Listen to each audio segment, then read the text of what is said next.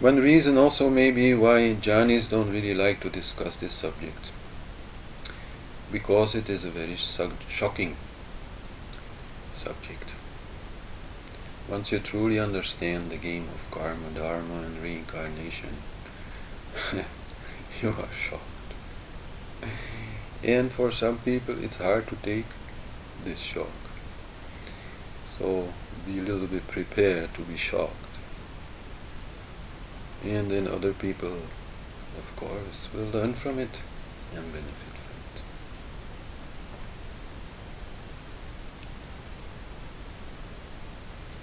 Yet another reason why jhanis don't really talk about this so much, and especially not about reincarnation, is that they cannot easily make their students directly experience it. Most of the other things that I have been explaining before are relatively easy to see. The koshas, for example, they are very simple, very logical. Everybody who studies them will find them easily within their own being.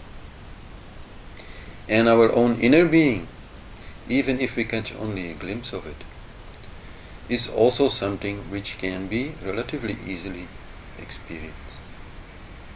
As long as our mind can be a little bit quiet, as long as our thoughts can go for a few seconds, we will have a glimpse of our inner being. So, all these things that came before are relatively easy to explain and to give proof of, while reincarnation is much more difficult. I cannot today bring you any proof that, will be seen as 100% proof about the existence of something called reincarnation. So that also makes it a little bit difficult. We're gonna have to accept what the rishis are telling us, because that is mainly the point. The same rishis who have seen the koshas, who have seen the self, who have seen cosmic consciousness, and who have come to explain it to us in a way that we also can understand and experience to some extent.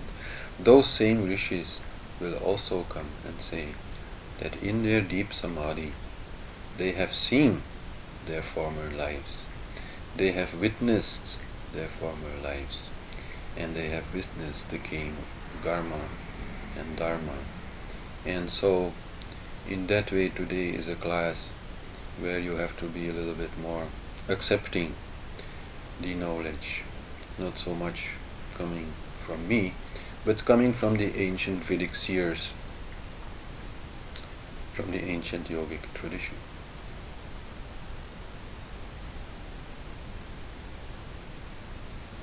So, what is said about reincarnation? It is said that when the physical body dies, something called the soul escapes. And what is this soul, which is called Jiva in Sanskrit? This soul obviously is the self, because there is nothing that does not have the self. So like everything, the soul at its center has the self. But the soul is more than just the self. The soul is the self plus some luggage. And this luggage mainly comes out of the Vijnanamaya Kosh. This luggage in a somewhat condensed form are all the concepts and memories and desires and frustrations and fears and everything which are there in Vijnanamaya Kosh, including of course the ego. The ego, which at that point is no longer identified with the physical body, but identified with all those concepts and frustrations and desires, etc. This soul also has a seed of mind, but this mind is no longer the conscious mind as we know it in our waking state. Because there is no more body, so there are no more senses. So there is no more sensory input coming in. So mind largely becomes unconscious and is mainly a tool that interacts with the concepts of Vijnanamaya Kosha.